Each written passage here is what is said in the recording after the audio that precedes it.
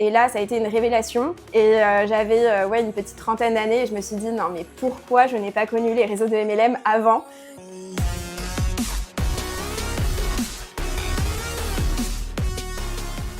Bonjour à tous, bienvenue dans l'interview canapé de chez Wiki pour le deuxième épisode. Et aujourd'hui, on a la chance d'accueillir Charlotte Moutardier qui est également dans la transaction à côté. Je te laisse te présenter. Ouais, bonjour à tous, merci de me recevoir. Enfin, c'est plutôt moi du coup qui vous reçois Et oui, parce oui. qu'on est dans un des logements qu'on a en gestion justement. Donc ce logement-là, qui est dans le cœur du Mourillon à Toulon, quartier très recherché. Exactement, parce qu'on est juste à côté de la plage à pied, donc hyper chouette pour venir en vacances. Bon, super.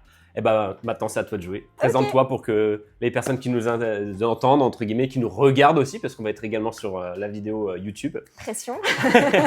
puissent te connaître davantage. Ok, ça marche. Alors moi c'est Charlotte Moutardier, j'ai 35 ans cette année. J'ai une petite fille qui a 4 ans qui s'appelle Thelma. Qui fera certainement commercial plus tard parce qu'elle est bien lancée déjà à 4 ans. Et c'est dans les veines, c'est dans le sang.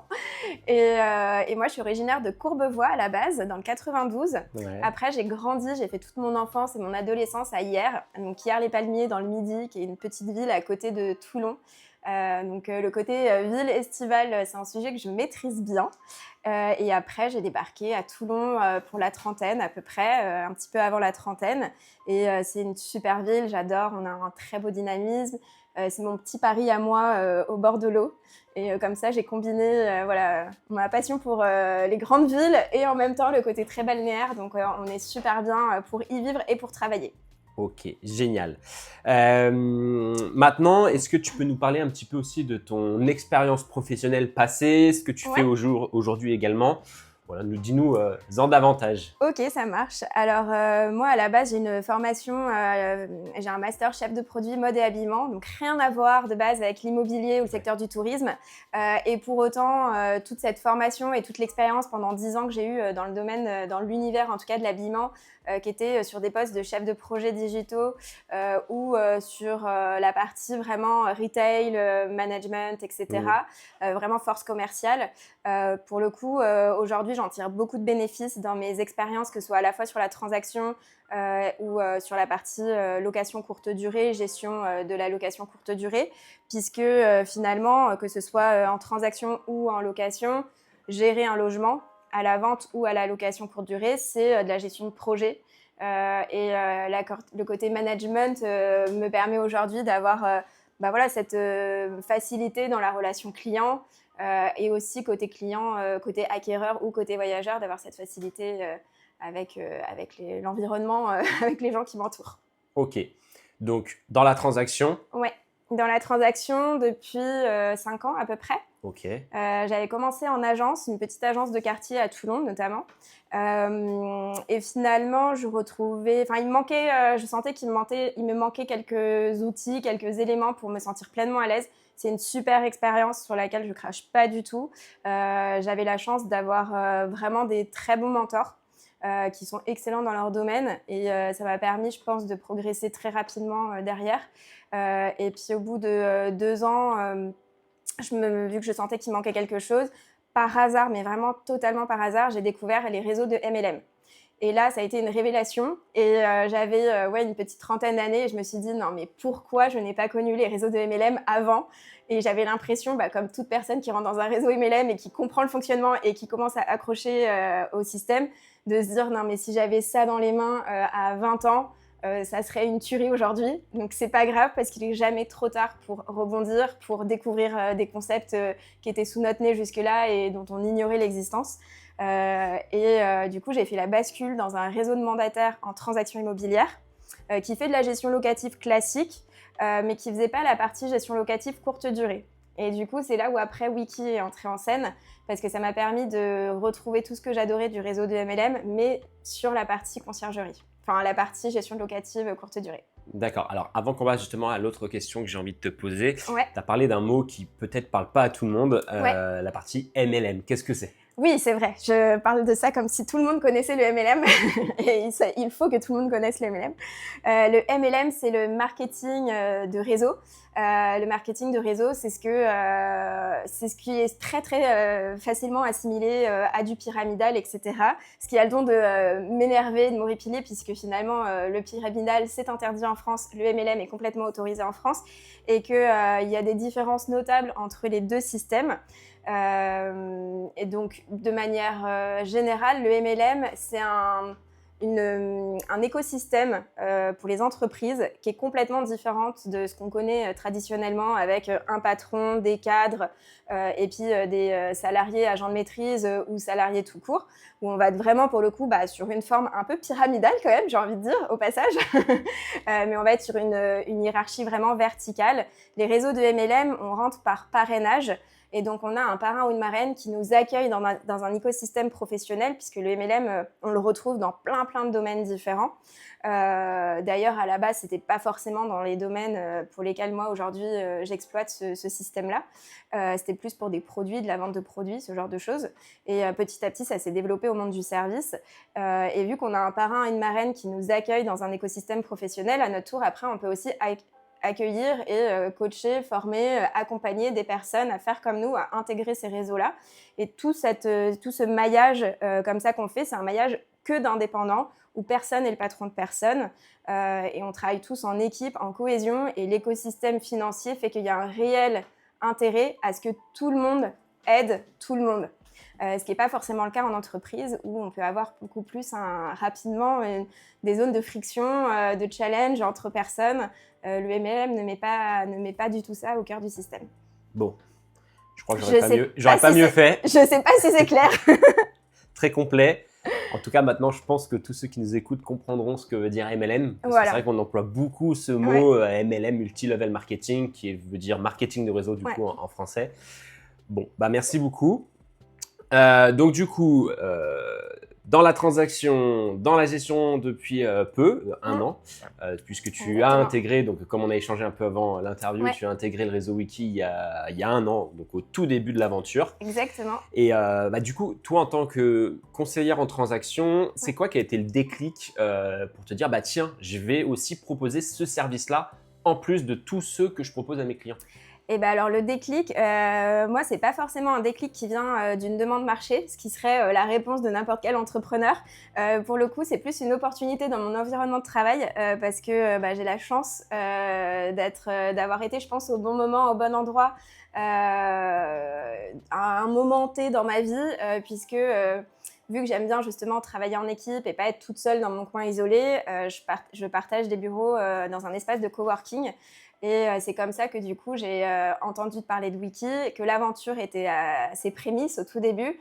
Et puis, en échangeant dans l'espace de coworking, on s'est rendu compte qu'il y avait quelque chose à faire. Et ça a permis pour moi de m'intégrer très rapidement au début du projet. Et c'est ça qui était chouette. Donc, pas forcément une demande de marché ou quelque chose que j'avais entendu de la part de mes clients ou une volonté qui venait de ma part. Justement, j'avais même pas pensé moi-même à ouvrir une conciergerie.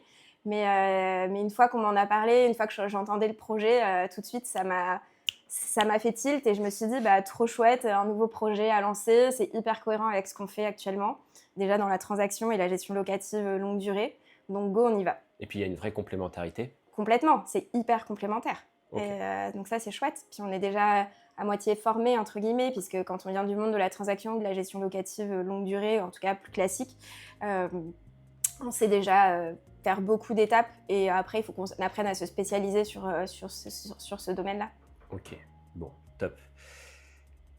Pour changer un petit peu, moi j'avais envie au travers de cette profession, de ce domaine d'activité, qu'on puisse aujourd'hui peut-être davantage parler de la partie propriétaire. Ouais.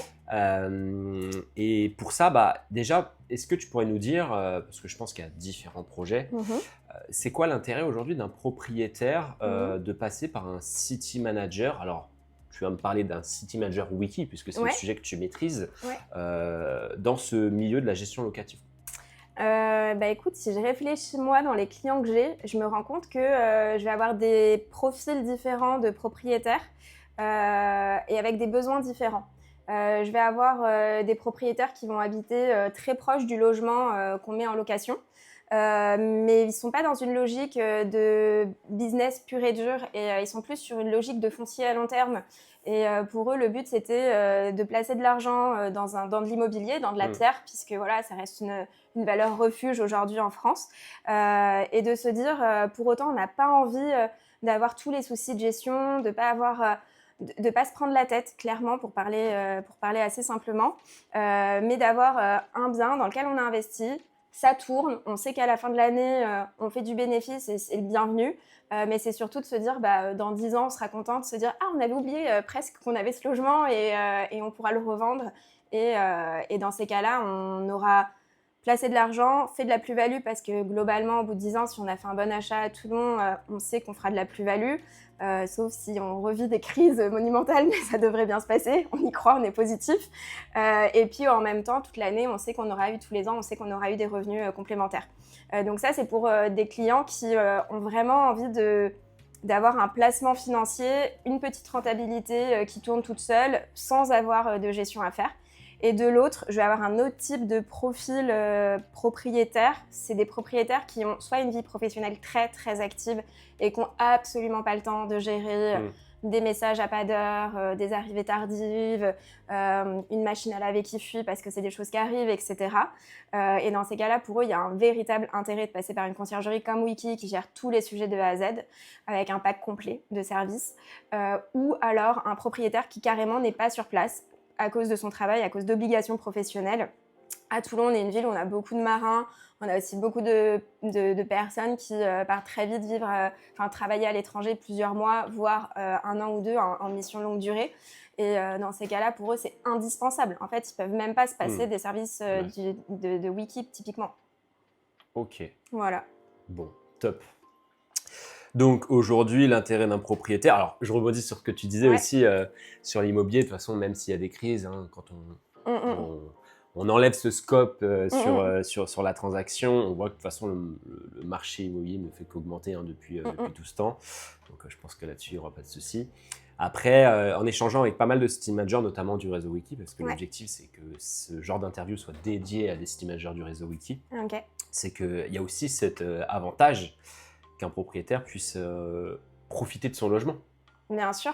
C'est vrai que j'ai complètement oublié de le dire, mais typiquement, quelqu'un qui part en mission, si je prends le cas des professionnels qui vont partir longtemps en mission, ça peut être intéressant de mettre leur propre résidence principale et d'optimiser du coup leur patrimoine de résidence principale, mais tout en nous prévenant suffisamment à l'avance que de tel mois à tel mois, ils auront besoin de récupérer le logement.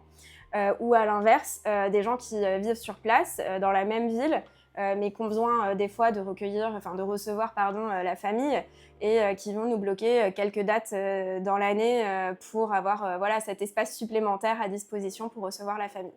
Donc c'est un véritable atout de toute façon.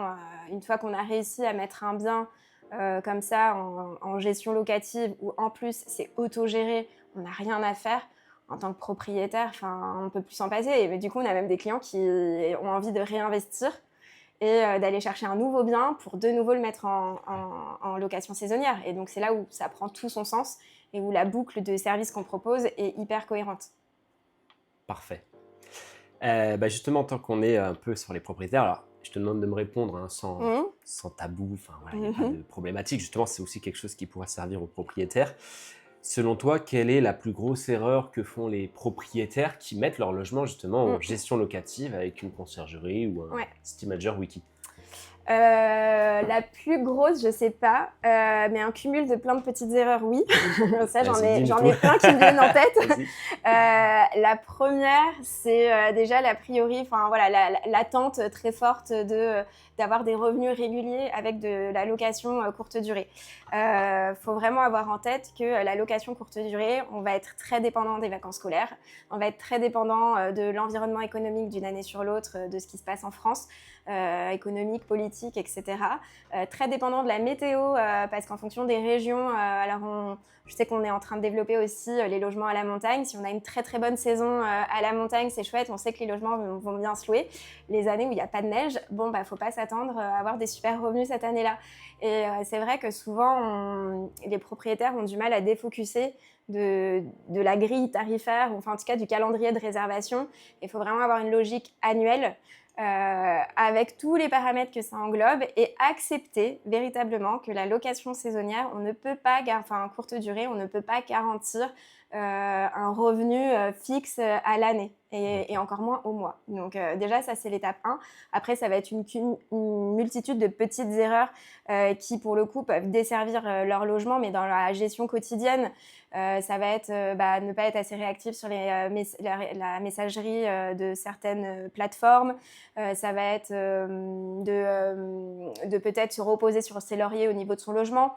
Typiquement, là, le logement où on est, les propriétaires sont assez attentifs à les retours qu'on peut avoir, même si on a des retours très très positifs. Des fois, malgré tous les retours positifs, on a des voyageurs qui vont nous faire une petite remarque en disant ça, c'était pas très pratique, ou il nous manque ci, il nous manque ça. Et du coup, c'est bien de toujours améliorer son logement. Justement, on génère des revenus grâce à ce logement. Profitez en tant que propriétaire de réinvestir sur votre propre patrimoine et d'améliorer les services du logement pour toujours avoir plus de réservations. Là, on a la télé qui vient d'être posée, ce n'était pas le cas avant. Les propriétaires sont passés mettre des nouveaux cadres. On a un petit environnement déco qui est hyper chouette sur cet appart et ils continuent de l'améliorer. Donc voilà, il faut être dans cette dynamique de ne pas se dire je ne fais rien du tout. On entretient son logement correctement, même si on se fait accompagner. Ouais, c'est vrai qu'il est très cocooning et c'est ce qui est apprécié aujourd'hui, je trouve. Ouais. Enfin, moi-même, qui voyage avec ma compagne, quand on se met à réserver, d'ailleurs, j'ai fait une réservation hier sur une des plateformes de réservation de logement. C'est vrai que j'avais le choix en soi, mais j'ai tout de suite pris à quelques, enfin, je veux dire, à prix équivalent à quelques dizaines d'euros près. J'ai pris ce qui me plaisait visuellement, en fait. Bien sûr. Donc, je pense que ça doit vraiment jouer. Ouais, on a là la grosse tendance Airbnb 2025 qu'on peut constater, à mon sens, c'est le côté suite d'hôtel. Et on a de plus en plus, vu qu'on a une concurrence qui est de plus en plus forte sur les plateformes de réservation, c'est qu'il va falloir se différencier. Donc déjà, le niveau propreté, ça c'est un élément, on ne se différencie pas avec la propreté, c'est un élément clé. Donc avoir un logement propre et qui respire le propre sur les photos, c'est primordial. Évidemment, pour ne pas avoir un effet déceptif, il faut que ce soit propre quand les voyageurs arrivent également. C'est vraiment le sujet numéro 1. Et le sujet numéro 2 qui vient juste après, c'est la décoration, l'environnement. Et c'est vrai qu'on le voit, nous on le constate, si on a des logements qui sont plus basiques, on va pas avoir le même type de voyageurs. On aura souvent des voyageurs qui seront plus là pour du professionnel, entre deux déplacements, parce que c'est un logement qui est payé par leur boîte. Mais dès que c'est des voyageurs qui viennent en vacances, qui ont envie de prendre des séjours plus longs, de prendre le temps, là on voit tout de suite la différence. C'est les annonces où on a des décos super sympas et qu'on peut bien mettre en avant en photo, qui marchent bien, qui sont hyper réactifs et qui prennent bien. Et c'est vrai que cette tendance 2025 un peu suite d'hôtel, elle est de plus en plus forte parce que de plus en plus de concurrence, de plus en plus de propriétaires qui sentent cette opportunité de la location courte durée. Et c'est aussi pour ça qu'on a de plus en plus de chambres à thème ou de logements à thème ou de logements petite suite un peu de luxe d'hôtel. Ça plaît beaucoup. Top. Et tu me disais tout à l'heure, avant qu'on démarre l'interview, que justement, toi, c'est quelque chose que tu adorais parce que ton passé, la déco, tout ça, c'est quelque chose que toi, tu apportes comme service à tes propriétaires. J'essaye. On a des clients qui ne sont pas du tout ouverts, qui sont assez fermés. C'est dommage, mais après, une fois qu'on a la relation de confiance qui est mise en place, on peut le faire dans le temps. Et après, à côté de ça, on a des clients qui sont aussi passionnés de déco. Et là, c'est trop chouette parce qu'on va s'amuser à dire là, qu'est-ce qu'on peut faire pour améliorer le logement, qu'est-ce qu'on peut mettre en place, est-ce qu'on ne changerait pas la couleur des rideaux. Enfin voilà, c'est du détail, mais qui fait qu'après, on voit la différence au niveau des annonces. Top, super. Génial, c'est vrai qu'on a fait un gros topo là sur la partie propriétaire. J'ai pour habitude de poser une question, je vais te la poser tout de suite et pas à la fin de l'interview, mais justement, est-ce que tu aurais, tout niveau confondu et toute activité confondue, pas que la gestion locative, est-ce que tu aurais justement une petite anecdote à nous partager Oula, on en a plein, on en a pléthé. On en a des croustillantes, mais qui se racontent pas trop sur Internet. Non, une anecdote typique ambiance Halloween que je peux avoir. D'ailleurs, je sais même plus du tout si c'était sur le mois d'octobre ou pas. Mais je sais que c'était plus sur la partie transaction, celle qui me vient comme ça direct. J'étais avec une collègue qui est aussi ma marraine dans la partie transaction. On était en découverte d'une maison très ancienne, magnifique, mais très ancienne, sur 3 niveaux.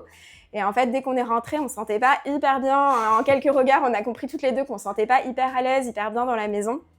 Et puis on commence à monter à l'étage, on entend des bruits, on redescend en trombe toutes les deux l'escalier parce que là vraiment ça allait pas, on se sentait oppressés. D'un coup on entend les portes qui se claquent en haut, hanté la maison. Hanté, je sais pas si c'était un ressenti, si on s'est monté la tête toutes les deux ou pas. Et puis il fallait quand même qu'on avance parce qu'il fallait qu'on fasse la découverte du bien, qu'on prenne déjà quelques photos. Et en descendant à l'étage du rez-de-jardin, on était sur une maison à plusieurs niveaux. Je me retrouve toute seule dans une pièce avec un énorme carton sur le lit, donc forcément pour appréhender un peu la force qu'il fallait déployer, j'ouvre le carton pour regarder sans vouloir être trop intrusif et je tombe sur une magnifique robe vintage toute blanche, toute en dentelle, mais très Tim Burton. Alors, j'adore ce réalisateur, mais alors, du coup, j'ai été plongée dans son univers. Et donc, je referme le carton, je le soulève pour le déplacer parce que j'avais besoin de shooter la pièce. Et là, il y avait un couteau sous le carton. Donc là, ça m'a définitivement mis mal à l'aise. Alors après, pour la petite histoire, je flippe un peu pour rien, c'était un couteau à beurre. C'était pas un couteau à beurre, pas un couteau à beurre, les couteaux comme à l'école. Okay. Voilà, avec des toutes petites dents. Mais quand même, qui fait ça? Qui met un couteau sous un carton avec une robe de mariée, dans une maison qui est pas très... Sympa. Qui respire pas la joie de vivre, quoi. Et il y avait le propriétaire, du coup? Non, elle était vide, histoire de succession, de décès dans la maison. Peut-être qu'on s'est fait influencer par l'histoire, mais on a des histoires sympas des fois. Effectivement, on peut voir des choses un peu bizarres des fois. Ouais, ça c'est plus dans la transac en général, dans la partie gestion locative. On a des apparts qui sont généralement tout rénovés, où il y a beaucoup de voyageurs qui viennent en vacances, donc ils sentent bien. Donc en général, on a des meilleures ondes dans les logements location courte durée que dans la transac. La transaction, on a des histoires un peu hardcore des fois, je trouve. Ouais, on peut faire un petit film des fois. Ouais. Ok, super. Merci pour ce partage. Je t'en prie. Prochain qu'on interviewera, préparez-vous à partager vos anecdotes. Maintenant, pour cette dernière partie de l'interview, j'aimerais bien qu'on se concentre un peu sur la partie City Manager. Ouais. Donc, toi, tu as dit que tu étais dans la transaction, tu as eu ce service-là qui s'est présenté à toi. Ouais. Aujourd'hui, imaginons, comme il y a un intérêt aussi, de ce que j'ai pu comprendre, à développer tes équipes de City Manager. Je pense que ce métier-là peut vraiment entrer en adéquation avec tous ceux qui sont dans la transaction. Alors après, en fonction de s'ils sont salariés ou indépendants, hein, évidemment, mais imaginons qu'il y ait quelqu'un qui hésite encore. Qu'est-ce que toi, tu pourrais donner comme conseil, comme peut-être déclic pour que cette personne-là te rejoigne dans ton équipe, par exemple? Mais bien sûr, venez dans mon équipe. on passe des super moments, on a des super anecdotes. Non, moi, ce qui est en fait, ce que j'ai envie de partager à des gens qui se poseraient la question de venir ou pas avec nous dans l'aventure Wiki, c'est tout simplement ce pourquoi moi, aujourd'hui, je m'y retrouve et j'ai un véritable intérêt pour ce réseau-là.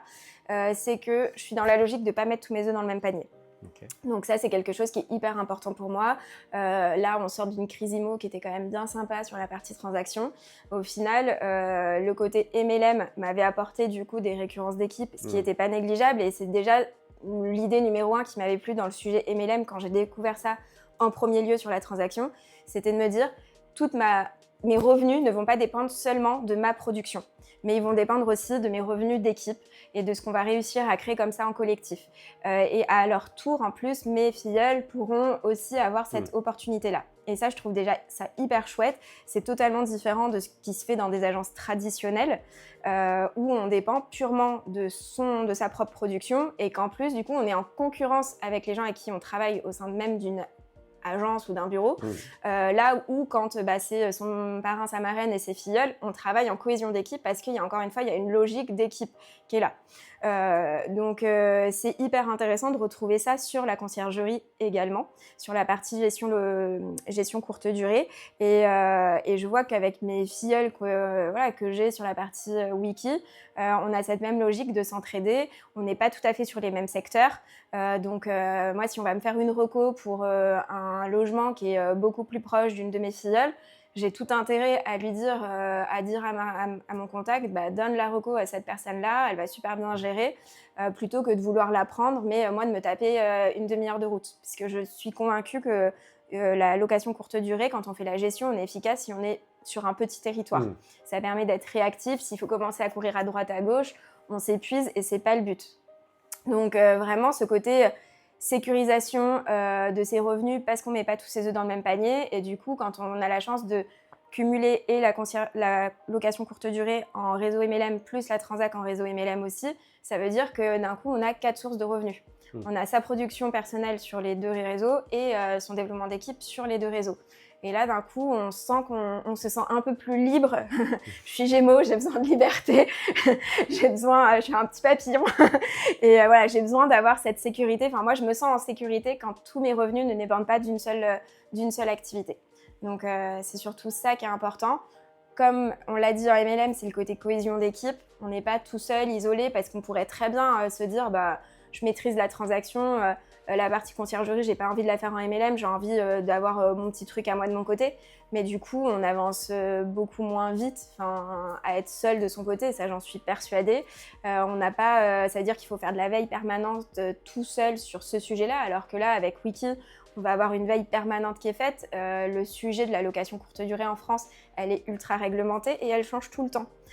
Donc quand on est tout seul dans son coin, il faut faire ce travail de veille juridique en permanence et on ne peut pas être bon partout.